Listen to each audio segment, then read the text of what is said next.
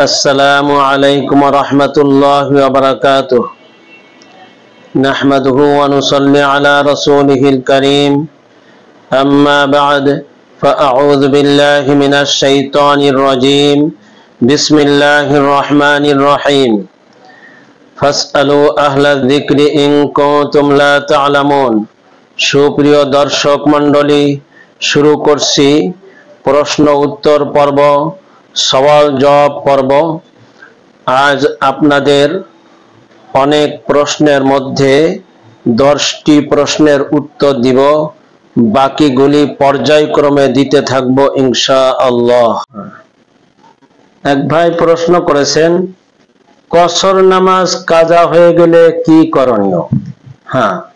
কসরের নামাজ কাজা হয়ে গেলে যদি জোহর, আসর এবং এশার নামাজ কসর কাজা হয়ে যায়, তাহলে মুকিম অবস্থার মধ্যেও তিনি কসরের কাজাটাই আদায় করবেন। অর্থাৎ শরীয়তের দৃষ্টিতে 48 মাইল 177 কিলোমিটার সফরের উদ্দেশ্যে বের হলে নিজ এলাকা অতিক্রম করলেই তিনি মুসাফির।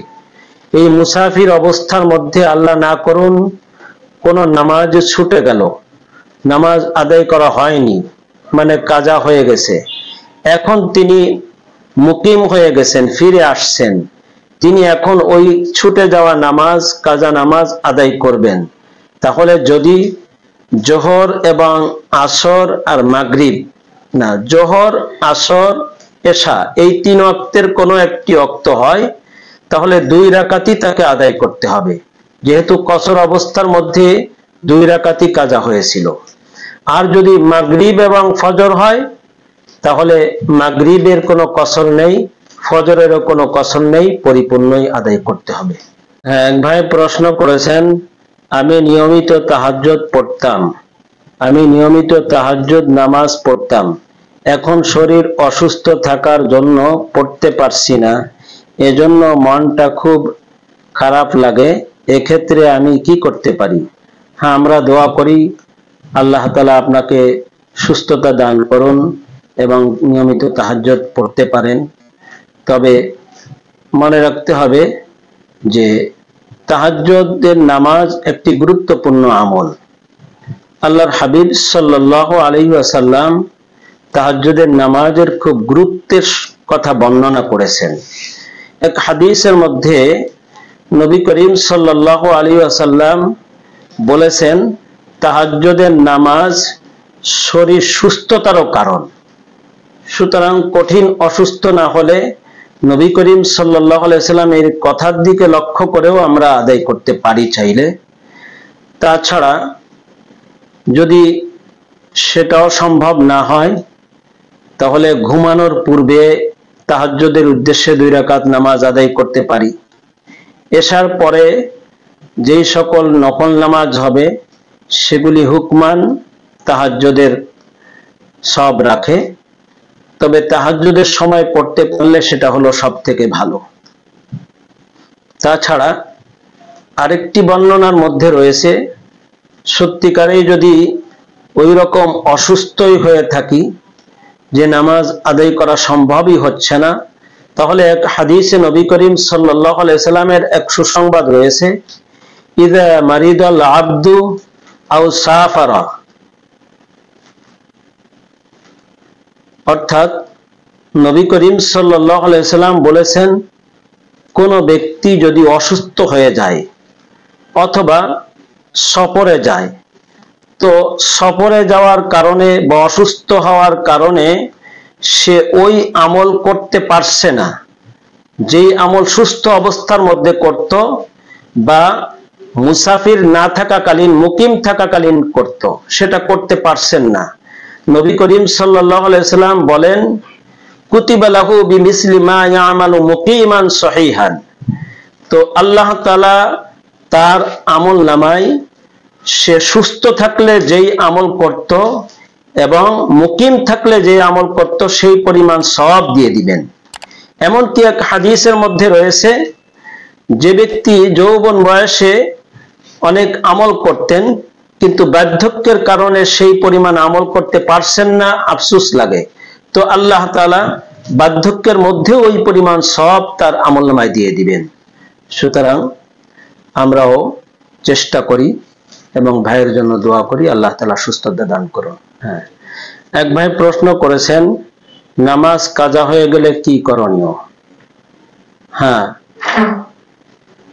নামাজ যাতে কাজা না হয় লক্ষ্য রাখতে হবে। এরপরেও নামাজ কাজা হয়ে গেলে দ্রুত সে নামাজ আদায় করে নিতে হবে। এরপরে আল্লাহ তাআলার কাছে ক্ষমা চাইতে হবে। কেননা হাদিসের বর্ণনার মধ্যে রয়েছে, আন আনাস ইবনে মালিক রাদিয়াল্লাহু তাআলা আনহু قال قال رسول الله صلى الله عليه وسلم من نسي صلاة فليصلي إذا ذكرها لا كفارة لها إلا لذلك أو كما قال عليه الصلاة والسلام। হযরত আনাস ইবনে মালিক রাদিয়াল্লাহু তাআলা আনহু বলেন, যে ব্যক্তি কোনো নামাজ সম্পর্কে আদায় করতে ভুলে গেল, নামাজ আদায় করা হলো না, সে ব্যক্তি যেন ওই নামাজ তখনই আদায় করে নেয় যখনই তার ভুল ভেঙে যায় বা যখনই তার স্মরণ আসে। এই নামাজ ছুটে গেলে তার জন্য অন্য কোনো কাফারা নয়, বরং ওই নামাজ আদায় করে নেওয়া। লক্ষণীয় বিষয় হলো যে নামাজের ওয়াক্ত চলে গেলেও নামাজ জিম্মাত থেকে রহিত হয় না। এজন্য এই নামাজ, ছুটে যাওয়া নামাজ যত দ্রুত সম্ভব এই নামাজ আদায় করে নিতে হবে। এছাড়া দ্বিতীয় কোনো পথ নাই। নামাজ আদায় করতে হবে, এরপরে আল্লাহ তাআলার কাছে ক্ষমা চাইতে হবে। এক ভাই প্রশ্ন করেছেন, কিছু মানুষকে ওযু শেষে আসমানের দিকে তাকিয়ে তর্জনী আঙ্গুলি দ্বারা ইশারা করে কালিমায়ে শাহাদাত পড়তে দেখা যায়, এটি কি হাদিস সম্মত? হ্যাঁ, অবশ্য ওযু করার পরে হাদিসের মধ্যে বর্ণনা রয়েছে, মা মিনকুম মিন আহাদিন ইয়াতাওয়াজ্জাউ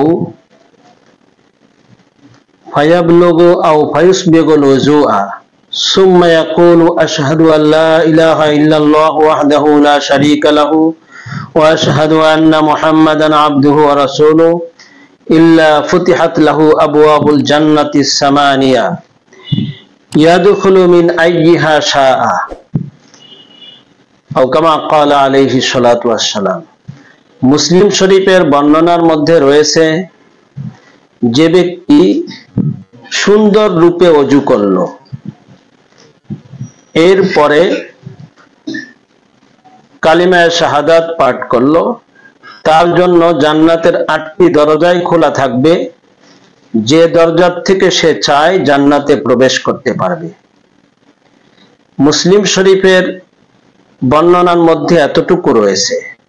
তিরমিজি শরীফের মধ্যে রয়েছে, আল্লাহুম্মা জাআলনি মিনাত তাওয়াবিন ওয়া জাআলনি মিনাল মুতাতাহহিরিন। সুতরাং তিরমিজির বর্ণনা অনুযায়ী এতটুকু বাড়ায়া বলা যেতে পারে। এছাড়া মুসনাদে আহমদের একটি বর্ণনার মধ্যে রয়েছে, যে ব্যক্তি উপরের দিকে নজর করে কালিমায়ে শাহাদাত পড়ে। সুতরাং কেউ যদি আসমানের দিকে নজর করে আঙ্গুল দিয়ে ইশারা করে কালিমায়ে শাহাদাত পড়ে, এতে কোনো বাধা নেই। তবে সব অর্জনের জন্য আসমানের দিকে তাকিয়ে আঙ্গুল উঠায় বলতে হবে, এটা শর্ত নয়। কেননা মুসলিম শরীফের হাদিসের মধ্যে শুধু কালিমায়ে শাহাদাত পড়লেই এই মর্যাদায় সব পাওয়া যাবে, যেহেতু এটা রয়েছে। সুতরাং কেউ যদি কালিমায়ে শাহাদাত পড়ে তাও সে পরিপূর্ণ সওয়াবের অধিকারী হবে, আর যদি আসমানের দিকে তাকিয়ে পড়ে তাতেও কোনো বাধা নেই। এক বোন প্রশ্ন করেছেন, আমার স্বামীর সামর্থ্য ও উপযুক্ত কারণ থাকা সত্ত্বেও দ্বিতীয় বিবাহে বাধা দেওয়ার কারণে আমি গুনাহগার হব কি? হ্যাঁ, স্বামীর সমর্থ থাকা সত্ত্বেও দ্বিতীয় বিবাহে বাধা দেওয়া জায়েজ নাই। কারণ কোরআনে কারীমের মধ্যে সূরা নিসাতে আল্লাহ তাআলা বলেছেন, ফানকিহু মা তাবা লাকুম মিনান নিসাই মাসনা ওয়া সুলাসা ওয়া রুবা, যে তোমাদের মধ্যে যে সকল মেয়েদেরকে তোমরা ভালো মনে করো তার মধ্য থেকে 2 জন, 3 জন, 4 জন পর্যন্ত বিবাহ করতে পারো। সুতরাং সমর্থবান স্বামীকে দ্বিতীয় বিবাহে বাধা দেওয়া উচিত হবে না। তাছাড়া একজন মেয়ে লোক বিভিন্ন সময় অসুস্থ থাকাকালীন দ্বিতীয় স্ত্রী বা তৃতীয় স্ত্রী বিভিন্ন সহযোগিতার দিকে আগায় আসতে পারেন। তাছাড়া সমাজে যে সকল তালাক প্রাপ্তা মহিলা এবং বিধবা, তাছাড়া অসহায় যারা রয়েছেন, যদি একাধিক বিবাহের সুযোগ থাকে তাহলে তারা আশ্রয় গ্রহণ করতে পারে। আমরা অবশ্যই বুঝতে পারছি। এক ভাই প্রশ্ন করেছেন, বিড়াল পালা কি জায়েজ? হ্যাঁ, বিড়াল পালাতে কোনো বাধা নেই, তবে খেয়াল রাখতে হবে যে এই ধরনের পশুকে পালতে গিয়ে কোনো রকমের তাকে খাদ্য খাবার ইত্যাদিতে কষ্ট দেওয়া না হয়। কেননা হাদিসের মধ্যে রয়েছে, এক মহিলা একটি বিড়ালকে সে বেঁধে রাখছিল এবং তাকে যথাযথভাবে খাবার দেয়নি, আবার ছেড়েও দেয়নি যে খাবার খেতে পারে। তো এজন্য সে এই আটক অবস্থাতে মারা যায় কষ্ট পেয়ে। এজন্য হাদিসের বর্ণনার মধ্যে রয়েছে, এই বিড়ালকে কষ্ট দেওয়ার কারণে মহিলা জাহান্নামী হবে। সুতরাং এই পালতে গিয়ে কোনো কষ্ট না পায়, অনুরূপভাবে সকল পশু পাখিকে পালতে গিয়ে কোনো কষ্ট দেওয়া না হয়, সেটা লক্ষণীয় বিষয়। কেননা হাদিসের মধ্যে রয়েছে, আর-রাহিমুনা ইয়ারহামুহুর রহমান ইরহামু মান ফিল আরদি ইয়ারহামুকুম মান ফিস সামাই, যে যারা দয়াশীল তাদের প্রতি আল্লাহ তাআলা দয়া করেন। তোমরা জমিনবাসীর উপরে দয়া করো, আসমান ওয়ালা তোমাদের উপরে দয়া করবেন। সুতরাং এই দিকে লক্ষ্য করে কোনো প্রাণীকেই কষ্ট দেওয়া যাবে না। যেমন মানুষকে কষ্ট দেওয়া যায় না, তেমন কোনো প্রাণীকেও কষ্ট দেওয়া যাবে না। ইনশাআল্লাহ আমরা লক্ষ্য রাখবো।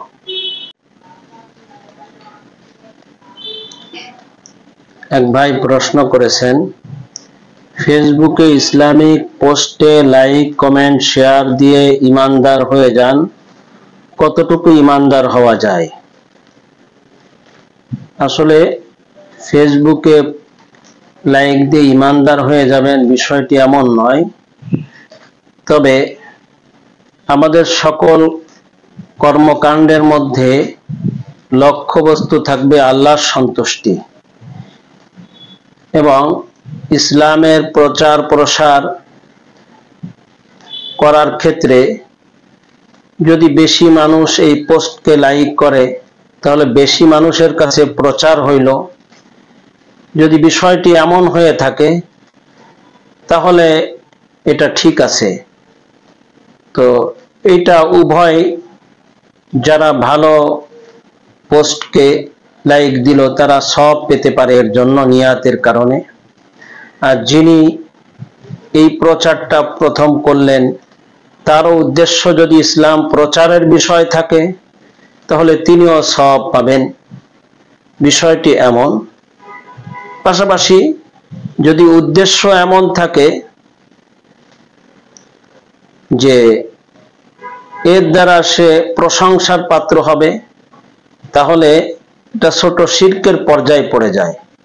কেননা হাদিসের মধ্যে রয়েছে নবী করিম সাল্লাল্লাহু আলাইহি সাল্লাম বলেছেন যে এক ব্যক্তি আমল করলো আল্লাহর সন্তুষ্টির জন্য, কিন্তু মানুষে তার প্রশংসা করলো।